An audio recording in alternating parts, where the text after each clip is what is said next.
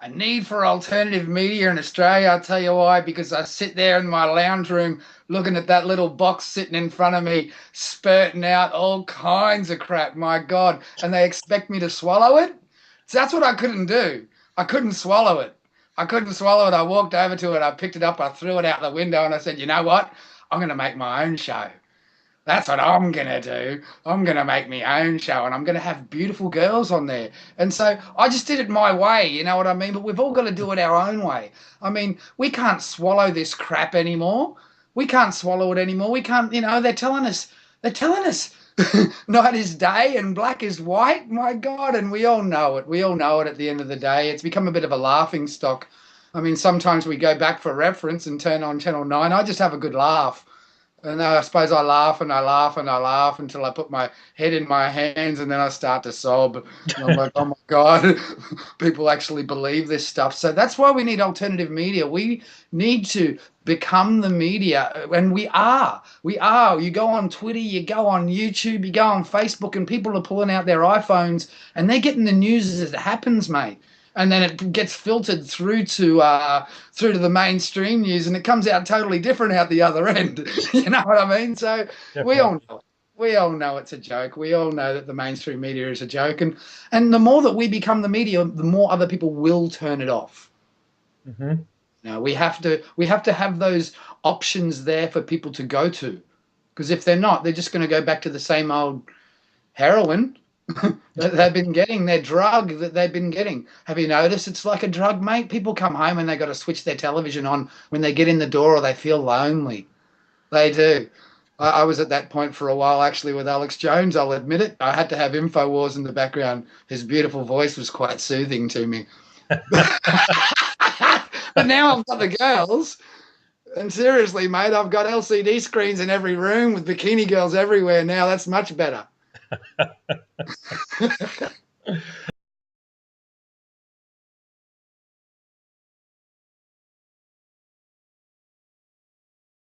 Well, definitely. I mean, look, they want to start paying the dole recipients, and you can only go to these two stores. You can only spend our money at these two stores. I mean, definitely, yeah. I mean, every way we're directed to where they want us to spend our money and what kind of uh, corporations are in bed. It's a corporate fascism. What sort of corporations are in bed with the government, and then they bring in these creeping laws all the time. I mean, what we've had here in Queensland with the VLAD laws. I mean, you can't open up a tattoo shop anymore without a government checkout. You know what I mean? It's It's funny. sliding downhill quick. Yeah, it's funny that you mention these laws, because I'm in Western Australia here, and this is not even covered here in Western Australia. I was coming through Queensland a few months back last year, and you guys were having big protests over there. The media in Western Australia wasn't even mentioning just a few seconds and didn't really go into any of the issues whatsoever. So, you know, it is, you could say, even within our own national news, so to speak, we're seeing that we're really being divided and conquered.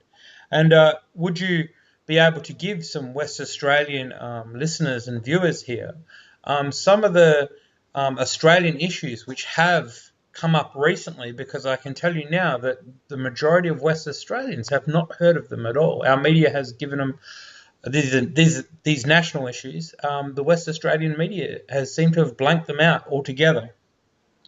Well, it's a little bit like the American media with what Obama's doing behind the scenes. He signed in the NDAA, and no Americans know what that is, the National Defense Authorization Act, where they can basically lock up anyone and imprison any American anywhere at any time and send them off to an offshore prison, and skip all the rules and the regulations and have their way with them pretty much.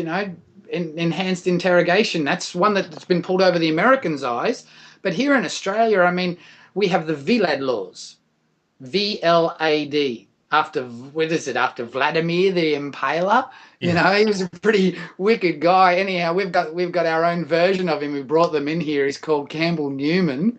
Yeah, we love the leader. Yeah, right, mate. He's pissed off a lot of people here in Queensland, buddy. And he's brought in these anti-association laws, the VLAD laws, VLAD laws, the vicious lawless association disempowerment laws. So it's to disempower people from associating with lawless people, I suppose, yeah? Yeah. So basically it targets anybody, any group of three, any club, any group of three, and anybody that you associate with can come under attack from these laws. So as soon as they came in, every motorcyclist out there on the road became a target. Anybody with tattoos became a target to be pulled over by police, to have photos taken, to have documentation taken. I work in the adult entertainment industry, and some of the girls driving home from work were getting pulled over at 3, 4, 5 o'clock in the morning, and police were pulling them over and taking photos of all their tattoos and asking where they had extra tattoos. Can I see them? You're joking. Wow. Now, these are exotic dancers who have them in all sorts of places. And, of course, they were saying, with all due respect, officer, not a chance. I'm not showing you that. You're not putting your camera on that, mate. You're not getting a photo of my of my extremely erotic tattoos and my artwork. So, we went into a tattoo shop in Caloundra that is run by a Rebels bikie. And he's a businessman who stands up for a lot of people in his community, and he has a lot of community backing as well. And we asked him about a gentleman called Ben Wilson. Yeah, Ben Wilson, Free Ben, the Free Ben campaign on Facebook. We asked him about him and about his incarceration. They locked him up for helping out a guy set up a clothing store. Now, Ben had never been in trouble with the police before. He'd never had a police record or anything like that. But they locked him up from who he knew. And, he got several months incarcerated. We actually have that video on Aussie Beach TV. It's called Free Ben. And it's really quite interesting because it shows that this can happen to anyone. A little bit like what we saw in Nazi Germany and things like that. People, they're coming along and they're picking people out and they're saying, right, you're a danger to society. We got to lock you up, mate. Yes, of course. And this will extend also to what the government seems to deem as terrorists in terms of alternate media and perhaps people speaking out against government. I suppose this would be the incremental way of them bringing that through, wouldn't it? Well, mate, I'm heading up to Brisbane in November to film the G20 for Aussie Beach TV with a gorgeous bikini girl, and I wonder if we'll be able to unveil our secret weapon in the CBD. Our secret weapon, I'll tell you what, talk about the Twin Towers, buddy.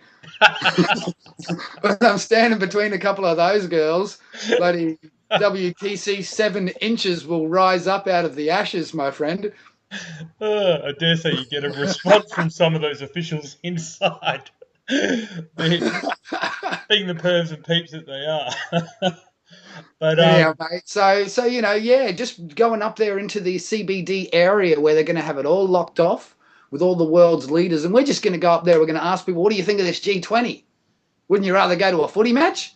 Ask them a few simple questions and see if all the security is needed and what people think about it. And I wonder how we're going to be checked out, because there's a lot of people who aren't even allowed in that area, mate, that are deemed a threat and are not even allowed. They've locked down the CBD, mate. They're moving people out of their homes.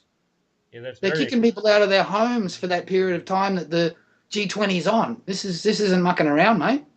They're showing you the power that they've got.